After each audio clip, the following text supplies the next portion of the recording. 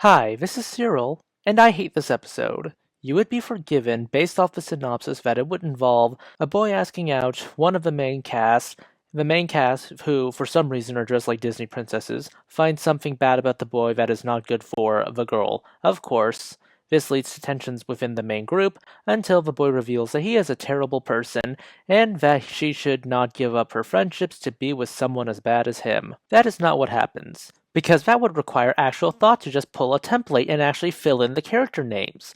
We instead get this. This whole chain of events starts with a celebrity, Noah Barker, transferring to the school. As a plot point, I need to question this since I think it would be much more effective for him to actually just go to the school, skip the celebrity pomp and circumstance, just have him be a popular kid. This doesn't really add anything to the episode at all.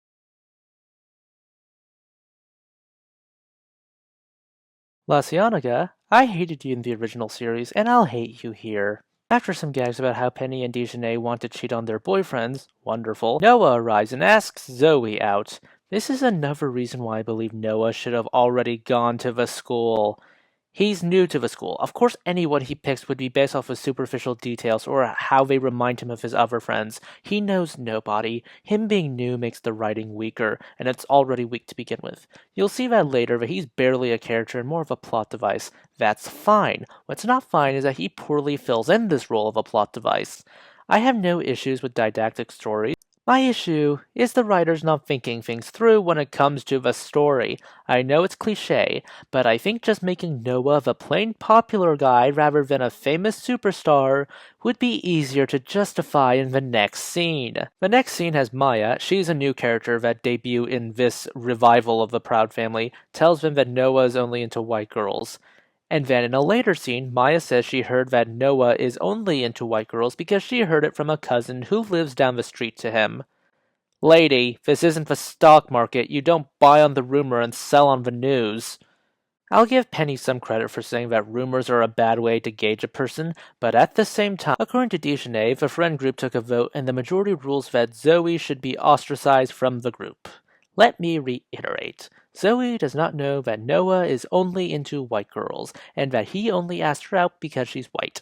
Zoey believes that she was asked out because he found her interesting, rather than do the thing that good friends do and look out for her and collect evidence that this person isn't a good person for her. They jump straight into the demonization. At the princess party, yeah, that was a thing that happened at the beginning of the episode. I didn't think it was all that important until now. Tensions run high, with Dijonay vilifying Zoey for the crime of getting a boyfriend by drawing her as Maleficent. Hey Dijonay, don't you already have a boyfriend, and aren't you lusting after this random celebrity? I do find it amusing that Oscar and Trudy decided to amstray out of this scenario. I know the feeling. Penny does attempt to bring some order by getting them to talk it out. LaCienega tries to argue that Noah is colorist by virtue of Noah asking Zoey out. Her exact wording is, "Has any other boy asked you out to a dance?"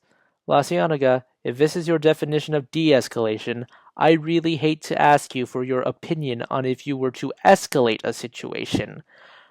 Honestly, I think calling someone so ugly that only a colorist could love you is just... Wow, why are you friends with these people?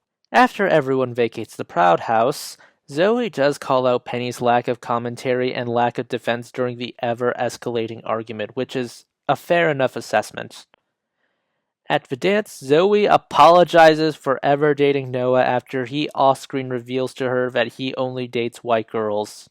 Basically, this episode tries to vindicate the poor attitudes of everyone involved.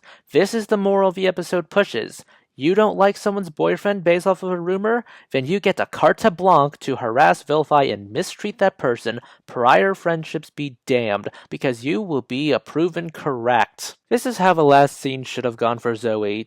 She should have just went up and apologized that she was ever friends with them, that they're horrible people, that they can go take a hike. You can keep Noah dating her because she's white and have them break up off screen.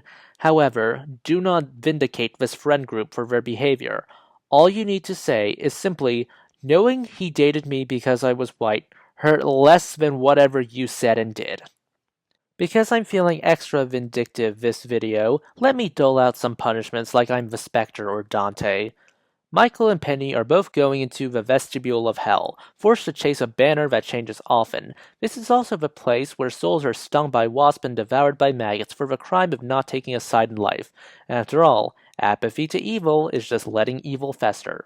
Yes, I know I should throw Penny into the realm of the lustful for cheating on her boyfriend or something, but honestly, that's not a major plot point in this episode, so the worst of her sins is this. For Maya, who started this whole mess based off of a rumor, and for being an insufferable person in general, and Dijonay, who escalated the situation by announcing they would be kicking Zoey out of a friend group, both get a one-way trip to the Malabolja, the 8th circle of hell, for fraud. Specifically, they will spend eternity in the 9th Bolja of the 8th circle, tailored for the sowers of discord, who are eternally hacked apart by demons with swords, scythes, and other bladed weapons. LaCienega, for being an unpleasant person in general, will be condemned to the boiling river of blood in the circle of the violent. If she ever swims out, these centaur guys will drag her back in. I know I just tossed a bunch of characters into hell for fun, but these are just thought experiments. Don't use it as a carte blanche to harass the cast and crew of this show. I hope you enjoyed this video. Please like, subscribe, and consider supporting the channel on Ko-fi.